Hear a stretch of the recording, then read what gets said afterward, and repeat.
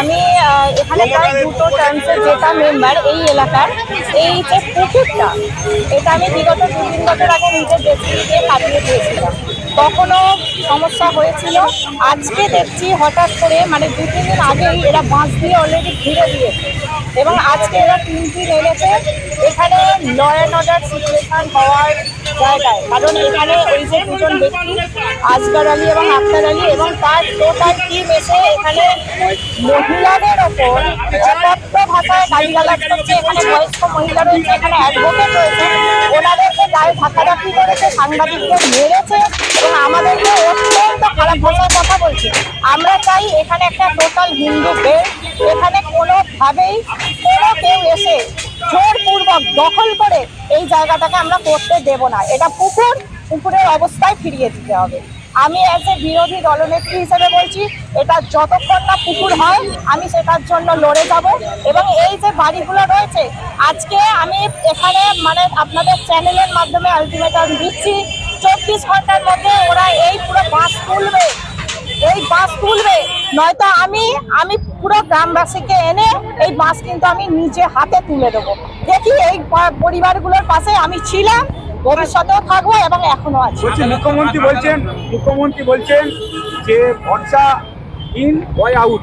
একদম আমরা এই মতাদর্শ নিয়ে আমরা আজকে এখানে একদম মানুষের ম্যান্ডেট নিয়ে এসেছি।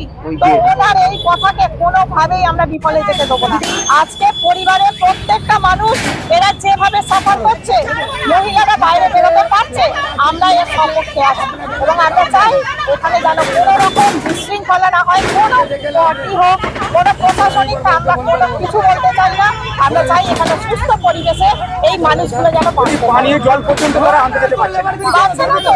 একটা মানুষের ফান্ডামেন্টাল রাইট রয়েছে জল, তারপর তার রাস্তাটা ক্লোজ করে দেওয়া হয়েছে। এখানে প্রতিবন্ধী রয়েছে, এখানে একজন মানুষ বয়স্ক মানে শয্যাশয়ী হিসেবে আছে, তো তারা বাইরে বেরোবে কি করে? অ্যাম্বুলেন্স ঢোকার তো রাস্তা নেই। আপনারা ক্যামেরাটা নিয়ে একটু দয়া করে বলবো, আপনারা জায়গাটা দেখান যে এরা কি পরিবেশে মানুষ বেঁচে আছে।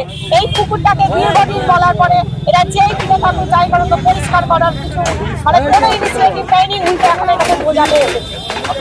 আমার নাম কাবেরী ঘোষ, আমি গ্রাম পঞ্চায়েতের বিরোধী দলনেত্রী।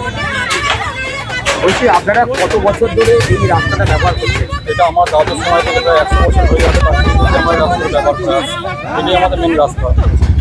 আর এটা তো আপনারা ছোট থেকে পুকুর দেখছেন। পুকুর থেকে এসেছি, আমরা পুকুর ব্যবহারও করতাম, পুকুরে মাছ ছাড়া হতো, পুকুর ব্যবহার করতাম, পুকুরে আমরা ইউজ করতাম। তারপর 2012 সালে এনারাই বাড়ি ভর্তি করে পুকুরটাকে ভরাট করতে আসে। 2012 থেকে জিনিসটা ঘটে যাচ্ছে।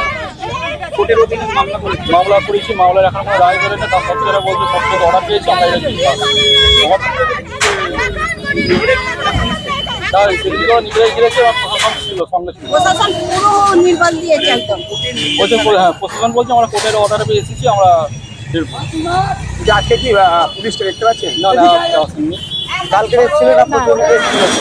তাহলে আপনারা চাইছেন আমাদের ইমিডিয়েট আগে আমাদের রাস্তাটাকে আমাদের যাতায়াতের ব্যবস্থা করে দিন, যাতে আমরা বেরোতে পারি সুস্থভাবে।